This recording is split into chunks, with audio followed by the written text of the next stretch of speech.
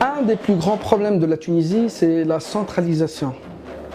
Donc on peut trouver des événements dans les quartiers, dans les villes, les grandes villes, mais les quartiers défavorisés ou les autres villes, il n'y a rien. Après le 14 janvier, il y a ce changement. Donc on s'intéresse plus aux quartiers défavorisés, aux villages. Donc c'est pour cela que on trouve un potentiel énorme chez ces jeunes-là, parce qu'il n'y avait rien avant. Donc ils étaient en train d'attendre. Et la spécificité du projet, celui d'hier, c'est qu'il est dans ce qu'on appelle la contre-culture. Donc il croyait en cette culture, et il n'attend pas le ministère de la Culture ou la stratégie officielle, il crée lui-même sa propre stratégie.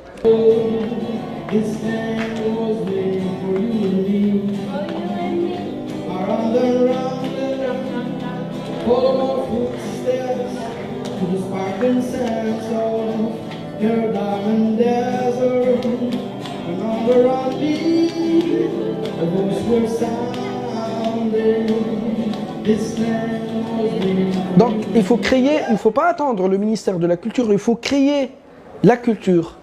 Et surtout dans les quartiers défavorisés. Donc ce qui est important, c'est que c'est gratuit. Il n'y a pas d'argent là-dedans. Et c'est offert gratuitement. Donc Bahri, il va former des jeunes qui eux-mêmes vont offrir de la culture gratuitement. Donc ils seront formés gratuitement, ils vont offrir de la culture gratuitement. Et ça, à mon avis, c'est révolutionnaire. I grew up in the middle of Roman stones and Punic stones, so I grew up in the middle of archaeology, and I started to learn slowly the importance of heritage, the importance of the history of this land, the importance of protecting the heritage of this land.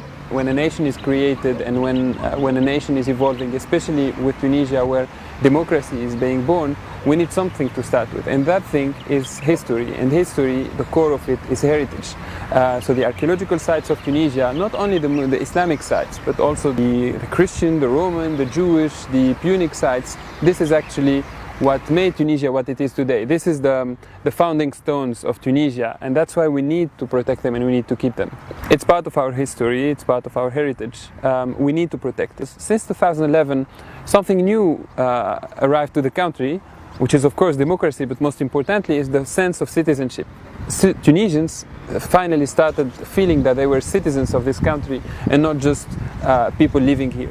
And with that sense of citizenship came the identification to what the country is, identification to the history of the country, the geography of the country, and to the archaeology of the country. And so more and more people are now interested in knowing who are their ancestors, who are the people who lived in these lands before them, and you see that more and more often among younger people from high school to university are now very much eager to know and learn more about their history and to try to campaign and protect the heritage of Tunisia. There are now some youth organizations that were launched actually after 2011, looking to understand the country's history, to raise awareness among the younger people about the importance of heritage and archaeology. One of these organizations or associations is called Carthagina, and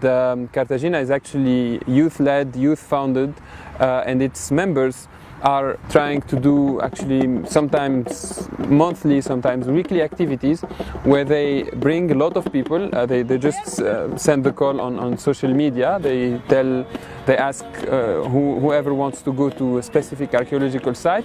The way we thought to reconcile youth with history was to use interactive method and using this through social media. So we started with organizing events like Insta Meet, meets using Instagram. We started with Foursquare, so we did a marathon in the Medina of Tunis using Foursquare and taking pictures of monuments that usually on a daily basis we pass by this monument, but no one can see it. So we started with this, and we tried to make people more engaged toward monuments. So a lot of people joined us, and they first came for an Insta meet or photo wall, and then they find historians, architects who are very passionate and talked a lot of these monuments, so they tried to engage with us.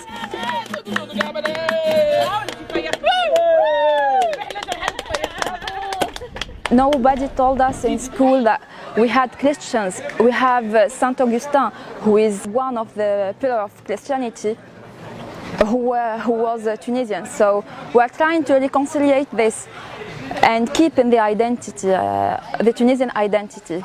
So that's why it's very important to have first of all, the local communities, the citizens, the civil society, then the state, and third, the international community with organizations like the UNESCO, to have them all united to protect the archaeological sites in this country and in this region in general.